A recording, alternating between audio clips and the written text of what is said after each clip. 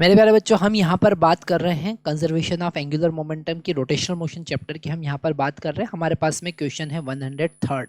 अभी तक हम 102 क्वेश्चन सॉल्व कर चुके हैं रोटेशनल मोशन के। और अगर ये सारे क्वेश्चन आप देख लेते हैं तो 100% रोटेशनल मोशन में आपको कोई भी डाउट नहीं आने वाला है क्योंकि यहाँ पर हमने सारे कॉन्सेप्ट कवर किए। क्वेश्चन में गिवन है प्रीवियस प्रॉब्लम, जहाँ पर एक हमारे पास सर्कुलर प्लेटफॉर्म था और जिसके पेरिफेरी पर एक इंसेक्ट जो है वो मूव कर रहा था। तो उसी से रिलेटेड हमारे पास में एक और क्वेश्चन है। क्वेश्चन में गिवन है initially the insect is at H, okay, and disc is rotating with angular speed omega in clockwise direction.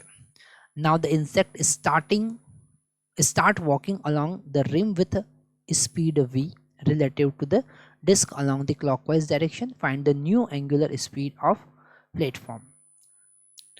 तो यहाँ पर हमारे पास में एक सर्कुलर डिस्क हम कंसिडर कर रहे हैं या प्लेटफॉर्म हम मान रहे हैं और वो उसकी एक्सिस के अबाउट रोटेट कर रहा है और यहाँ पर उसका इनिशियल जो एंगुलर स्पीड है वो ओमेगा हमको गिवन है।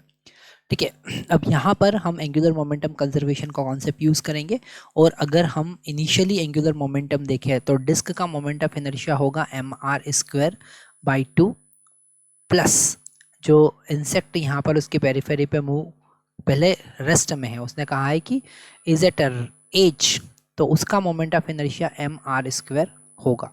ओके, ये इनिशियल मोमेंट ऑफ इनर्शिया है और इनटू ओमेगा उसका एंगुलर स्पीड, ये इनिशियल एंगुलर मोमेंटम हमने कैलकुलेट किया। अब इक्वल टू हम लिखेंगे यहाँ पर अगर हम फाइनल मोमेंट ऑफ इनर्शिया की बात करें तो डिस्क का moment of inertia mr²/2, okay, plus into omega 2 उसका नया स्पीड। और अगर हम इंसेक्ट की बात करेंगे तो वो अब मूव करने लग गया है और यहाँ पर जब हम उसका एंगुलर मोमेंटम कैलकुलेट करेंगे तो वहाँ पर उसका मास, उसका वेलोसिटी और इनटू डिस्टेंस r आएगा। पर यहाँ पर ध्यान रखना है कि ये वेलोसिटी है with respect to ground, with respect to ground, और हमको जो क्वेश्चन में वेलोसिटी गिवन है वो विथ रिस्पेक्ट टू डिस्क दे रखा है। उन्होंने कहा है v relative to the disc. Okay, तो यहाँ पर जो हमको पैरामीटर गिवन है उसके अकॉर्डिंग हमको वेलोसिटी v, हम इसे लिख सकते हैं velocity of insect with respect to ground, वो कैलकुलेट करना पड़ेगा। अब यहाँ पर वेलोसिटी v जो गिवन है वो गिवन है velocity of insect with respect to platform. Okay, so velocity of insect with respect to platform क्या होगा? Velocity of insect with respect to ground minus velocity of platform with respect to ground, that is the concept of relative motion. If you want to find the velocity of insect with respect to platform, so you have to subtract the velocity of platform with respect to ground from the velocity of insect with respect to ground. So this velocity of insect with respect to ground will become equal to velocity of insect with respect to platform plus velocity of platform with respect to ground. Okay, तो यहाँ से ये value हम calculate करेंगे और क्यों calculate करना है वो हम समझिए। तो velocity of insect with respect to platform is equal to, ये हमको v गिवन है और ये यहाँ पर ओमेगा 2 इंटू r होगा। ओके, जो प्लेटफॉर्म मूव करेगा तो उसका पेरीफेरी कितनी स्पीड से मूव करेगा? प्लेटफॉर्म का जो वेलोसिटी होगा वो ओमेगा 2 इंटू r होगा अगर उसका फाइनल एंगुलर स्पीड ओमेगा हुआ तो वैल्यू हम यहाँ पर पुट करेंगे और यहाँ से ओमेगा 2 कैलकुलेट करेंगे।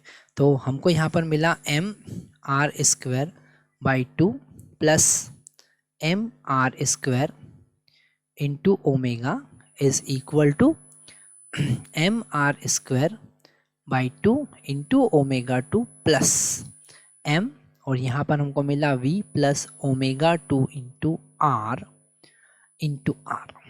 ओके, यहाँ से हम ओमेगा 2 कैलकुलेट करेंगे तो ओमेगा 2 का वैल्यू हमको मिल रहा है mr²/2 plus mr² minus, okay, minus ये होगा mv into r, okay, divided by ये जो ओमेगा 2 के कोफिशिएंट है इससे हम डिवाइड कर देंगे, मतलब हम डिवाइड कर देंगे mr²/2 plus m into r²। Okay, हम चाहे तो यहाँ पे r² से डिवाइड कर सकते हैं तो हमको मिलेगा m by 2 plus small m minus m into v, यहाँ पर ओमेगा का मल्टीप्लाई था तो into omega, so into omega minus m v divided by r, क्योंकि r स्क्वायर हमने यहाँ से कॉमन लिया है, divided by m capital M by 2 plus small m। तो ये हमारा आंसर होगा। ठीक है, देख सकते हैं हम यहाँ पर कैसे लॉजिक लगा रहे हैं और कैसे क्वेश्चन को उन्होंने घुमा दिया है।